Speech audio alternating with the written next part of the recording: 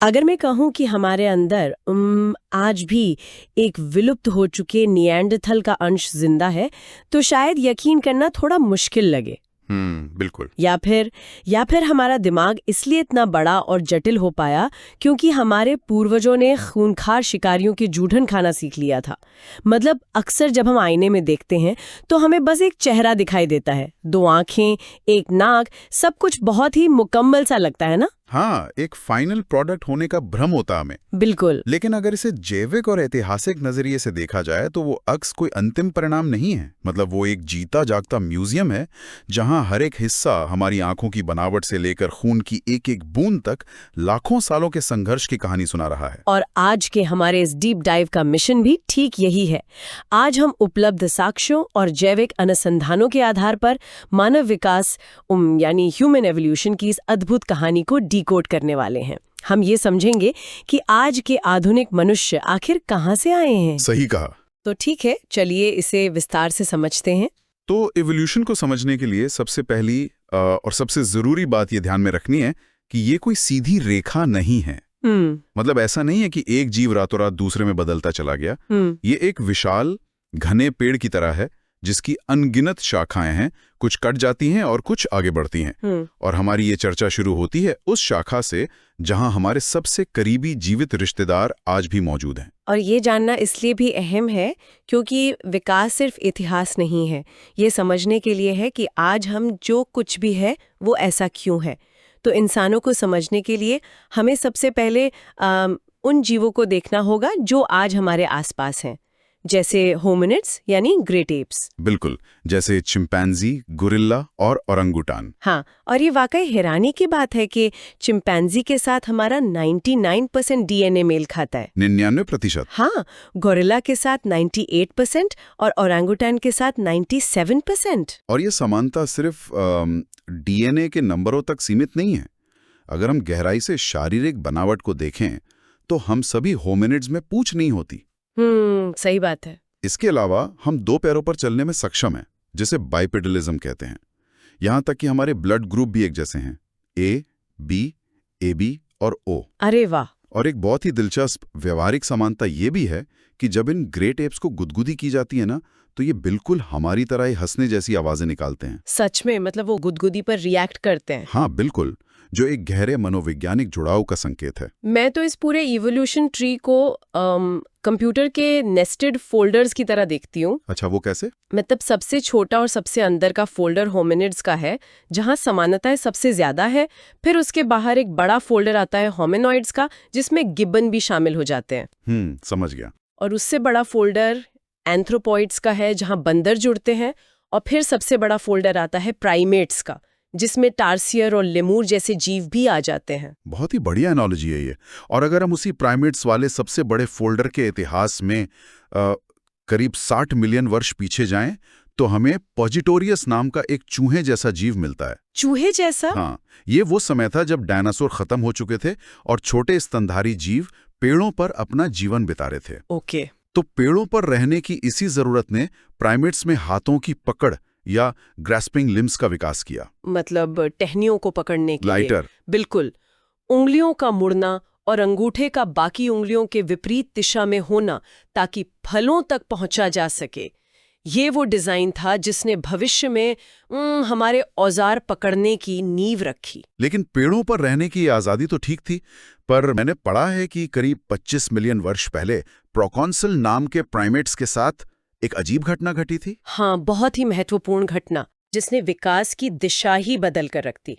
मतलब इतिहास में पहली बार उन्होंने अपनी पूंछ खो दी। और यहाँ जो बात सबसे अधिक रोचक है वो ये है कि दशकों तक वैज्ञानिक ये समझ नहीं पाए कि ऐसा क्यों हुआ। लेकिन हाल ही की जेनेटिक रिसर्च ने TBXT नाम के एक जीन की पहचान की है। हमारे डीएनए में ये जीन पूंछ के विकास के लिए जिम्मेदार होता है। अच्छा। हुआ ये कि इस जीन के कोड में एक टाइपो आ गया। अच्छा। मतलब एक रैंडम म्यूटेशन। डीएनए की कॉपी बनने में एक छोटी सी गलती हुई और पूंछ का निर्माण रुक गया। लेकिन आमतौर पर तो ऐसी शारीरिक कमियां जानलेवा साबित होती हैं ना, खासकर पेड़ों पर रहने वाले जीवों के लिए, जहां पूंछ छलांग लगाते समय बैलेंस बनाने का काम करती है। असल में यही इस म्यूटेशन का सबसे बड़ा प्लॉट ट्विस्ट था। अच्छा। हाँ, पेड़ों पर ये एक भारी नुकसान था। लेकिन जब जलवायु परिवर्तन के कारण जंगल कम होने लगे और इन्हीं प्राइमेट्स को पेड़ों से उतरकर सवाना के खुले मैदानों में आना पड़ा, तो बिना पूंछ के शरीर का गुरुत्वाकर्षण केंद्र यानी सेंटर ऑफ ग्रेविटी खिसककर पेल्विस के पास आ गया। ओ, समझी।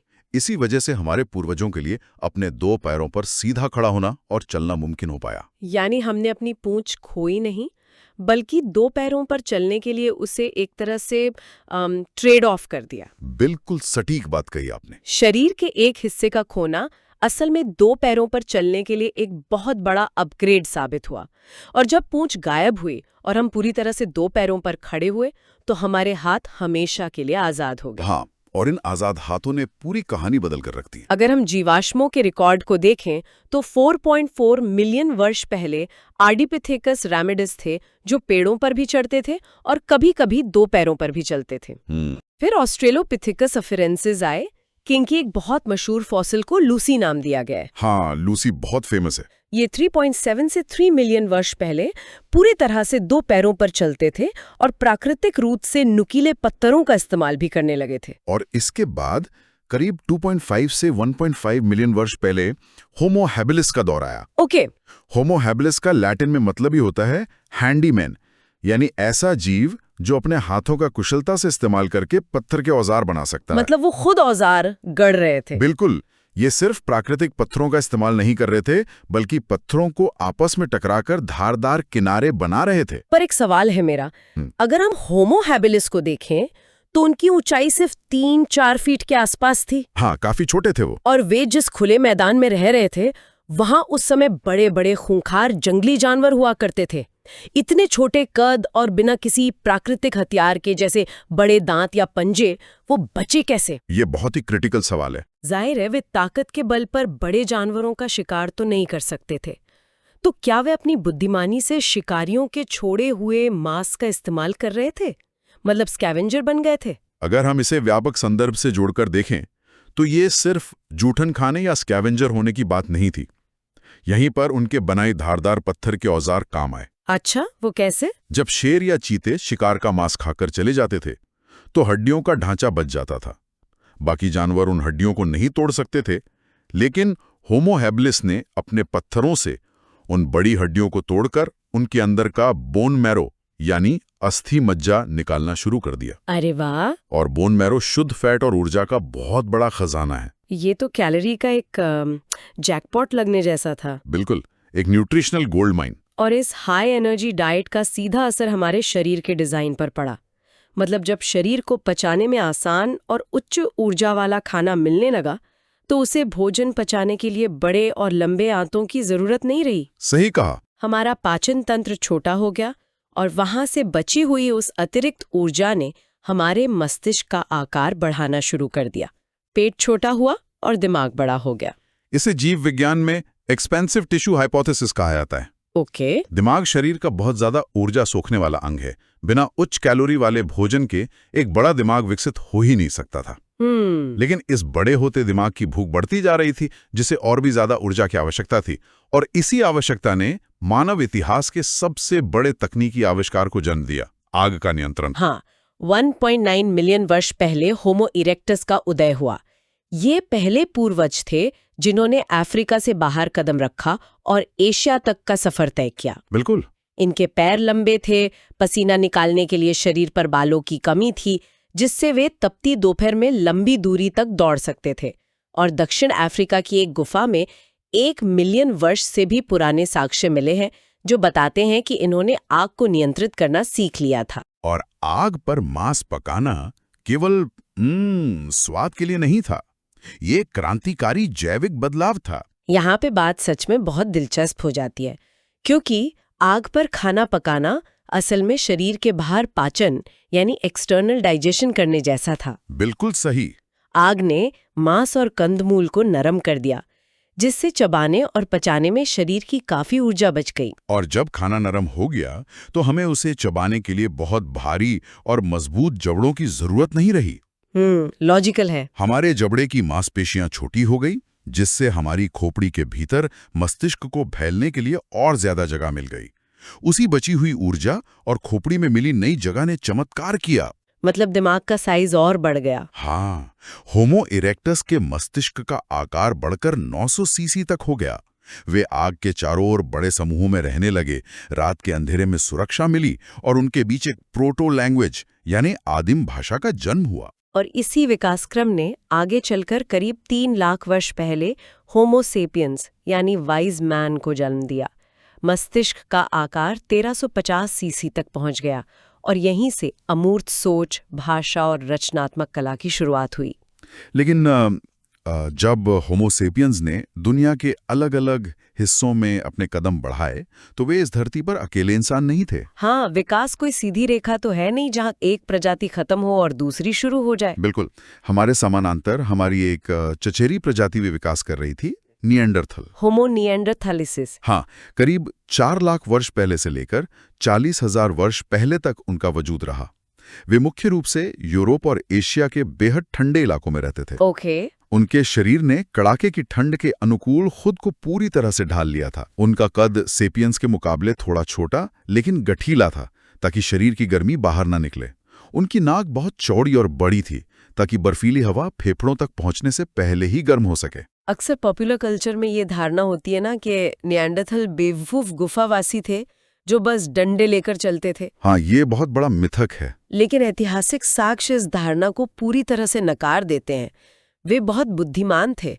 वे जटिल कलाकृतियां बनाते थे, आभूषण तैयार करते थे और अपने मृतकों को दफनाते थे। बिल्कुल। और ये जानकर बहुत आश्चर्य होता है कि सेपियंस और निएंडरथल ने लगभग 5000 वर्षों तक एक साथ इस पृथ्वी को साझा किया था। ये एक महत्वपूर्ण सवाल खड़ा करता है कि अगर वे इतने ही बुद्धिमान और शारीरिक रूप से हमसे ज्यादा मजबूत थे तो वे विलुप्त क्यों हो गए और हम क्यों बच गए? हाँ, ऐसा क्यों हुआ? इसके पीछे कई जटिल कारण थे। करीब 40,000 साल पहले यूरोप में भयानक जलवायु परिवर्तन हुआ और ग्लेशियर तेजी से बढ़ने लगे। निएंडरथल का आहार लगभग पूरी तरह से बड़े जानवरों के मांस पर निर्भर था। जब ठंड की वजह से वे बड़े जानवर कम होने लगे तो निएंडरथल भूखों मरने लगे। इसके विपरीत सेपियंस मांस के साथ साथ मछलियां, पौधे और फल भी खाते थे। मतलब हमारी डाइट ज्यादा डाइवर्स थी।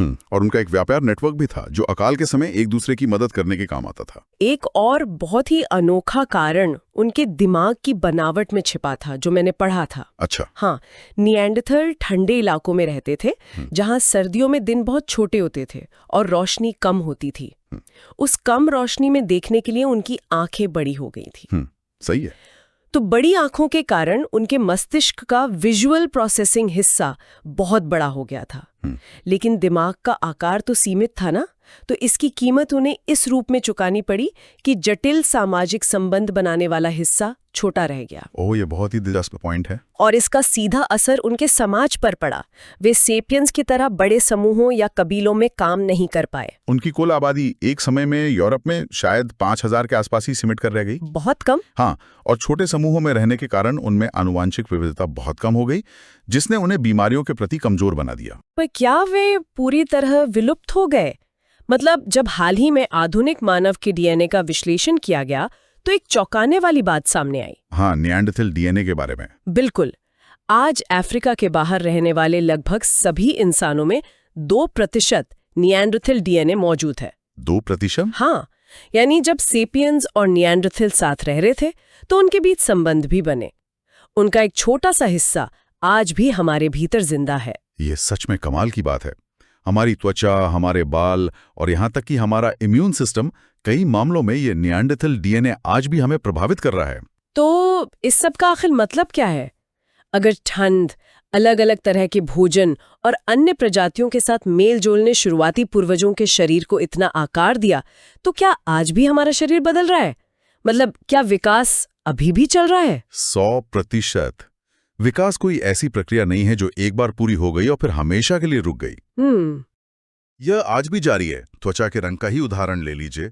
जो इंसान भूमध्य रेखा के आसपास रहते थे, उनकी त्वचा सूर्य की तेज हानिकारक यूवी किरणों से बचने के लिए गहरी हो गई। एक तरह का प्राकृतिक सनस्क्रीन। बिल्कुल। लेकिन जैसे जैसे इंसान ध्रुवों की ओर गए, जहां धूप बहुत कम थी, वहां गहरी त्वचा ने सूरज की किरणों को इतना रोक दिया कि शरीर को विटामिन डी मिलना बंद हो गया। ओह, तो उन्हें विटामिन डी की कमी होने लगी। हाँ, इसलिए उन इलाकों में रहने वाले लोगों की त्वचा का रंग हल्का होता गया, ताकि कम धूप में भी शरीर विटामिन डी बना सके। और खान पान का भी तो सीधा असर हमारे शरीर की बनावट पर हुआ है। वो कैसे? जैसे स्कैंडिनेवियाई देशों और भारत के हरियाणा या पंजाब जैसे क्षेत्रों में, जहां सदियों से डेयरी फार्मिंग का इतिहास रहा है, वहां के लोग आसानी से दूध पचा सकते हैं। हाँ, लैक्टोज टॉलरेंस। दरअसल बचपन के बाद लैक्टेज नाम का एंजाइम बनना बंद हो जाता है, लेकिन डेयरी वाले इलाकों में एक म्यूटेशन हुआ जिसने इस एंजाइम को हमेशा चालू रखा।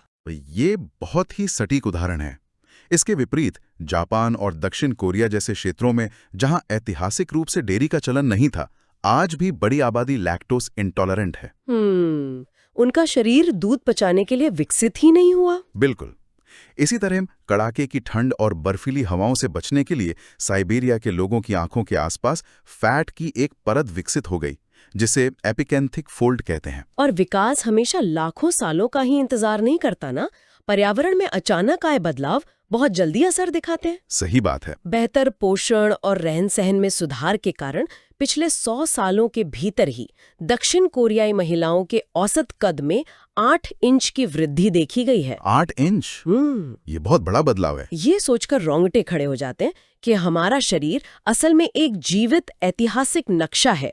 हम जो एक गिलास दूध पीते हैं या हमारी आंखों का जो आकार है, वो असल में हमारे पूर्वजों के संघर्षों की कहानी कह रहा है। हाँ, विकास एक बहुत धीमी प्रक्रिया है, लेकिन हमारा पर्यावरण और आहार लगातार हमारे शरीर की रूपरेखा तय कर रहे हैं। लेकिन ये पूरी कहानी सिर्फ इंसानों या प्राइमेट्स तक ही सीमित नहीं है। अगर हम इवोल्यूशन के इस पेट की जड़ों में और गहराई तक जाएं, तो हम पाएंगे कि हम पृथ्वी के हर एक जीव से बहुत गहरे स्तर पर जुड़े हुए हैं। बिल्कुल। अगर हम प्राइमेट से पीछे स्तनधारियों या मैमल्स की बात करें, तो इंसानों की तरह ही शेरों के भी दूध के दांत टूटते हैं और नए दांत आते हैं। समुद्र की गहराई में रहने वाली व्हेल के दिल में भी हमारी ही तरह 4 चैम्बर्स होते हैं। ये सभी एक साझा पूर्वज की निशानी है। और अगर हम कशेरुकी जीवों यानी वर्टिब्रेट्स तक पीछे जाएं, तो पानी में तैरने वाली एक छोटी सी ज़ेब्रा फिश के साथ हमारा 73% डीएनए मेल खाता है। 73%? हाँ, और ये सिर्फ एक दिलचस्प फैक्ट नहीं है। इसी समानता की वजह से चिकित्सा विज्ञान में कैंसर और हृदय रोग की दवा के परीक्षणों के लिए ज़ेब्राफिश का उपयोग होता है, क्योंकि सेल्यूलर स्तर पर वो मछली हमारे जैसी ही प्रतिक्रिया देती है। और कहानी की जड़ें और भी गहरी है। यूकैरियोट्स, जिसमें सभी जानवर, पौधे और फंगस आते हैं, इन सब का भी एक बहुत पुराना नाता है। अच्छा। यीस्ट यानी खमीर, जिसका इस्तेमाल हम ब्रेड बनाने में करते हैं, उसमें अल्फा साइन्यूक्लिन नाम का प्रोटीन उसी तरह व्यवहार करता है जैसे इंसानों में पार्किंसंस रोग के दौरान होता है। 1 मिनट, ब्रेड वाले खमीर और इंसानों में इतनी समानता? हाँ, यहाँ तक कि वैज्ञानिकों ने एक प्रयोग में यीस्ट के 500 प्रमुख जीनों को हटाकर उनकी जगह मानव जीनों को लगा दिया, और यीस्ट फिर भी सामान्य रूप से काम करता रहा। अरे बाप रे! दोनों जीवों के बीच करोड़ों साल का फासला है, फिर भी ऑपरेटिंग सिस्टम एक ही है। ये तो ज़ाइगोट एनालॉजी जैसा हो गया। एक माँ के गर्भ में जब जीवन शुरू होता है, तो वो सिर्फ एक सूक्ष्म ज़ाइगोट या एकल कोशिका होती है। बिल्कुल सही एनालॉजी है। और मात्र 9 महीने के भीतर वो एक ऐसी जटिल संरचना में बदल जाती है जिसके हाथ हैं, पैर हैं और एक मस्तिष्क है। ये सोचना वाकई दिमाग को झकझोर देता है कि अगर सिर्फ 9 महीने में एक सूक्ष्म कोशिका से पूरा इंसान बन सकता है, तो 4 अरब सालों के विशाल समय में एक एकल कोशिका, जिसे फूका कहते हैं, उससे पृथ्वी के सभी जीवों का विकास क्यों नहीं हो सकता? समय ही इस जादू की चाबी है। फूका से लेकर लूका, जिसे हमारे 350 जीन आज भी साझा हैं। जीवन का हर एक रूप एक ही धागे से बंधा है। और अगर हम उससे भी पहले जाएं, तो हमारी पृथ्वी, हमारे शरीर का कार्बन और हम सब उसी स्टारडस्ट से बने हैं जो कभी किसी प्राचीन तारे के विस्फोट के दौरान पैदा हुई थी। हम सब असल में स्टारडस्ट हैं। तो जैसा कि हमने आज की इस खास चर्चा में देखा, विकास कोई ऐसी चीज नहीं है जो अतीत के किसी पन्ने पर होकर खत्म हो गई। ये जीवन का एक सतत, कभी न रुकने वाला जाल है। हम आज भी अपने डीएनए में उस पूरे ब्रह्मांडीय इतिहास को ढो रहे हैं। ब्रह्मांड की सतह गहराई को समझना हमें प्रकृति के प्रति अधिक विनम्र बनाता है। यह हमें याद दिलाता है कि हम प्रकृति से अलग नहीं हैं, बल्कि उसी का हिस्सा हैं। बिल्कुल। लेकिन इस चर्चा को विराम देने से पहले एक बहुत ही विचारोत्तेजक सवाल है जिस पर हम सबको सोचना चाहिए। बताइए। हमने देखा कि कैसे प्राकृतिक भोजन, कड़ाके की ठंड, जंगली वातावरण ने लाखों वर्षों तक मानव शरीर को आकार दिया। लेकिन आज के इंसान की दुनिया देखिए, हम एक पूरी तरह से कृत्रिम दुनिया में रहते हैं। हाँ, एसी कमरे और प्रोसेस्ड फूड। बिल्कुल, हमारे पास मौसम से लड़ने के लिए वातानुकूलित कमरे हैं, हमें शिकार नहीं करना पड़ता और हमारी आंखें हर समय स्क्रीन की नीली रोशनी से घिरी रहती हैं। तो सवाल ये है, अगर प्रकृति के उस जंगली माहौल ने हमारे अतीत को गढ़ा है, तो आज का ये डिजिटल और कृत्रिम वातावरण आज से 1 लाख साल बाद होमो सेपियंस के जीव विज्ञान को कैसे बदलेगा? उफ, ये तो बहुत गहरा सवाल है। क्या हमारी उंगलियां कीबोर्ड के लिए बदल जाएंगी? क्या हमारा दिमाग डिजिटल जानकारियों को प्रोसेस करने के लिए किसी नए रूप में ढलेगा? क्या तकनीक के साथ हमारा ये जुड़ाव मानव विकास की अगली शाखा बनने वाला है? हमारा विकास अब सिर्फ जीव विज्ञान के हाथों में नहीं, बल्कि हमारी अपनी बनाई तकनीक के हाथों में है। ये भविष्य के लिए सच में एक बेचैन करने वाला सवाल है। और इसी सवाल के साथ अगली बार जब आईने में अपना अक्स देखा जाए, तो याद रखिएगा, वहां सिर्फ एक चेहरा नहीं है, वहां तारों की धूल से लेकर सवाना के मैदानों तक अरबों सालों के अस्तित्व का एक जीता जागता चमत्कार खड़ा है। आज के इस गहन विश्लेषण में बस इतना ही।